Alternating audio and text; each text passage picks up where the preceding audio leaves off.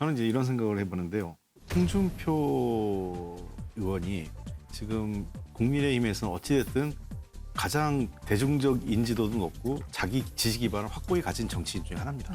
국정을 운영하는데 항상 제일 부담스러운 건 야당도 부담스럽지만 여당 내에 자기하고 대립하는 센 사람이 더 부담스럽습니다. 아, 여당 내 야당이 더 부담스러워요? 예, 그게 가장 대표적인 게 이명박 정부 시절에 박근혜 그 대표였죠.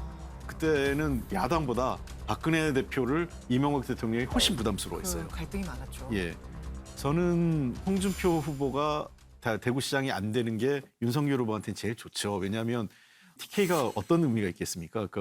이 국민의힘의 지지 기반의 상징적인 데잖아요.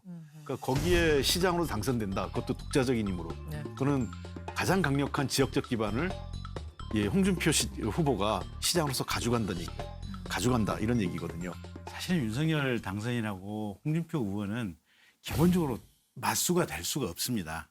자, 이명박 대통령 시절에 박근혜 당시 의원이 부담스러웠던 것은 박근혜를 따르는 현역 의원들이 어마어마한 숫자가 있었기 때문에 이 계파가 통으로 이명박 대통령을 흔드니까 당내에 적이 훨씬 무서웠던 거예요. 근데 지금 윤석열 당선인 시절에는 당내에 홍준표 의원 계보라고 할 수 있는 의원들이 안 계세요. 그렇지만 대선 경선 때 2위를 차지할 만큼 민심의 지지, 민심은 있었지만 인지도 이런 거 민심이 있었지만 그 민심의 대부분은 사실은 역선택에 의해서 민주당 지지자들이 보내준 응원의 성격도 상당히 있었고 어쨌든 분명한 것은 당내 기반은 거의 없다시피 했다.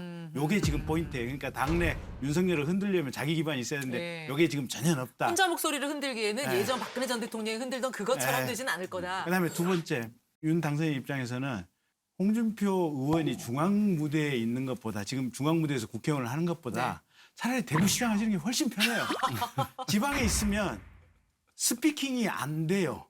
그러니까 가령 서울시장도 맨날 언론 타고 싶고 자기가 스피킹 권력을 갖고 싶은데 서울시장도 못 하는데 경기도지사, 인천시장도 사실은 그렇거든요.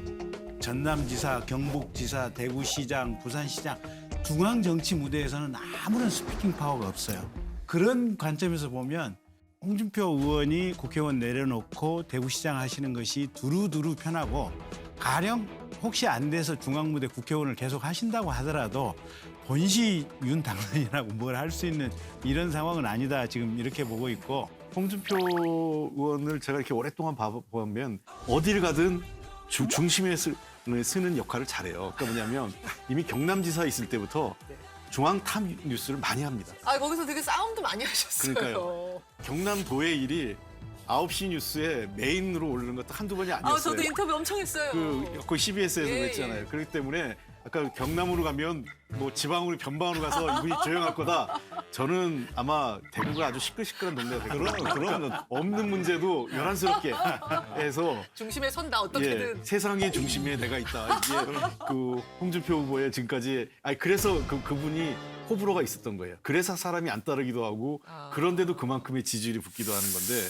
오케이. 그럴 거예요. 윤심이 작용해서 뭔가 좀 이렇게 껄끄러웠거나 뭐 이런 경쟁이 될 만한 인물들을 좀 배제하려고 했던 게 아니냐라고 보시는 거고 아니다라고 끝까지 주장하시는 국민의힘 의원들과